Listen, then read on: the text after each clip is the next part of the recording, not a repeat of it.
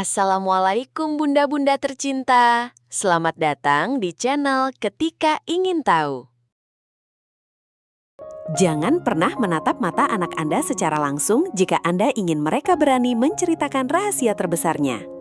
Selamat datang kembali di saluran podcast Psikologi Pengembangan Diri kita.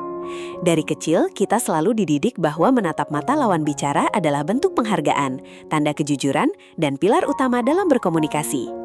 Kita diajarkan untuk duduk berhadapan dan saling menatap lekat. Namun, ada satu rahasia besar dalam psikologi manusia. Bagi seorang anak yang sedang memiliki masalah atau menyimpan rahasia, tatapan mata langsung dari sosok figur otoritas tidak terasa sebagai bentuk kasih sayang. Tatapan itu justru terasa persis seperti sebuah lampu sorot interogasi polisi yang menyilaukan dan sangat mengintimidasi. Ketika kita memaksakan posisi saling berhadapan satu sama lain, kita tanpa sadar telah menciptakan sebuah dinamika konfrontasi yang kaku. Bayangkan diri Anda sendiri dipanggil menghadap atasan di kantor yang duduk di seberang meja besarnya, menatap tajam ke arah Anda sambil bertanya apa masalah Anda. Jantung Anda pasti akan berdebar kencang. Begitu pula yang dirasakan anak Anda. Tekanan ini seketika mengunci pita suara mereka. Mereka merasa sedang dihakimi sebelum bahkan mengeluarkan satu patah kata pun. Insting bertahan hidup mereka menyala, membuat mereka hanya akan memberikan jawaban-jawaban pendek yang aman, sekadar agar sesi tanya jawab ini cepat berakhir. Mari kita lihat apa yang sebenarnya terjadi di dalam otak anak saat tatapan mata itu terjadi. Dalam ilmu syaraf, hal ini berkaitan dengan tingginya beban kognitif. Ketika anak dipaksa bertatap muka, otak mereka harus memproses banyak hal secara bersamaan.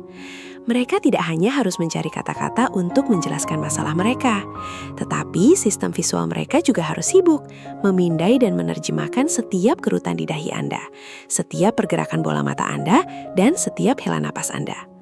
Apakah ayah marah? Apakah ibu akan menghukumku? Beban analisis wajah ini menguras energi otak yang seharusnya digunakan untuk merangkai kejujuran. Kelebihan beban pikiran ini langsung memicu amigdala, yaitu bagian otak purba yang berfungsi sebagai alarm pendeteksi ancaman. Amigdala tidak bisa membedakan antara ancaman fisik dari seekor harimau yang menatap mangsanya dengan ancaman emosional dari tatapan tajam orang tua yang sedang menuntut jawaban.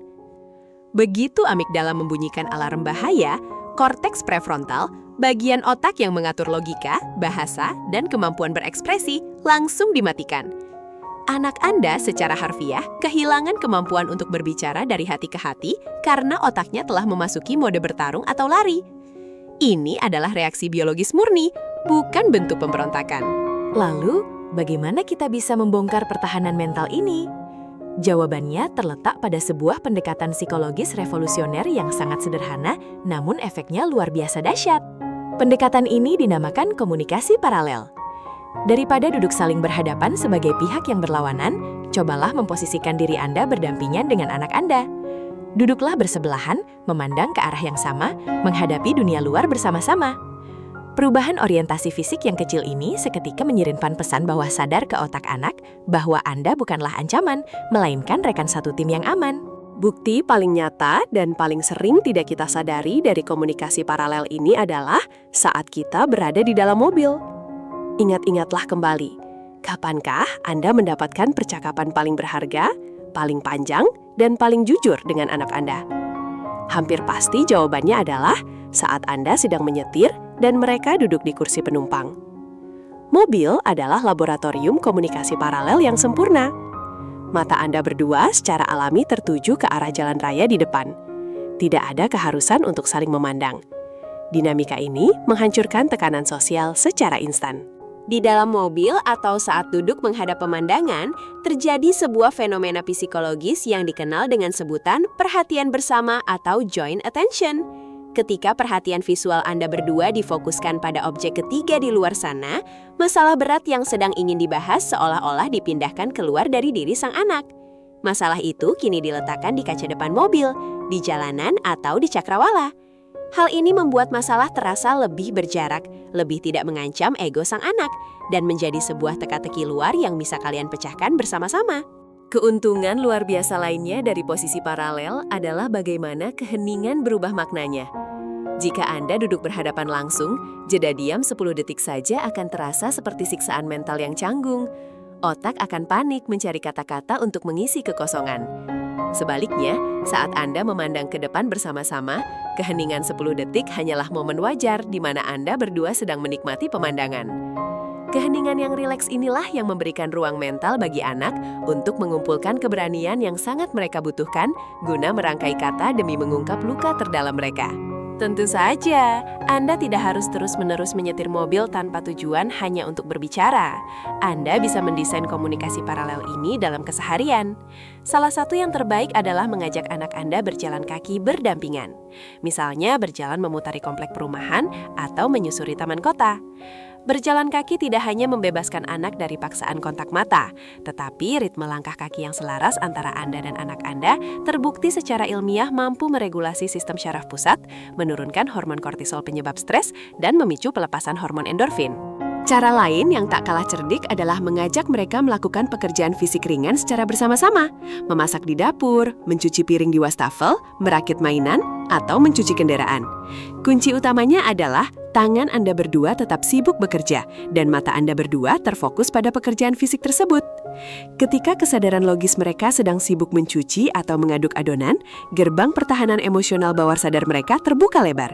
Dalam momen tanpa tekanan inilah, kalimat jujur yang sangat pribadi biasanya akan terucap secara spontan. Namun, ada satu ujian terberat yang harus Anda hadapi ketika mempraktikkan teknik ini.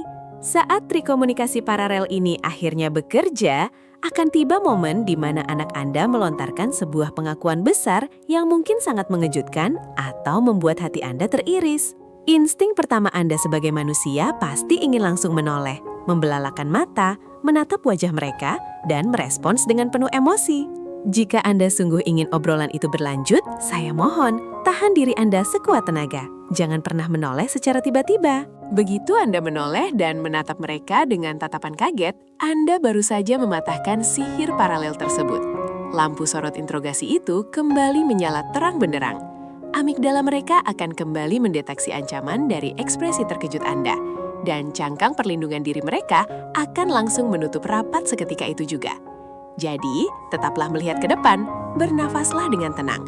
Cerna kata-kata mereka, dan berikan respons verbal dengan nada suara yang datar dan lembut. Seolah-olah pengakuan mengejutkan itu adalah hal paling biasa di dunia. Praktik komunikasi paralel yang konsisten ini bukan sekedar taktik murahan sesaat. Ini adalah investasi jangka panjang dalam membangun jembatan arsitektur kepercayaan antara orang tua dan anak.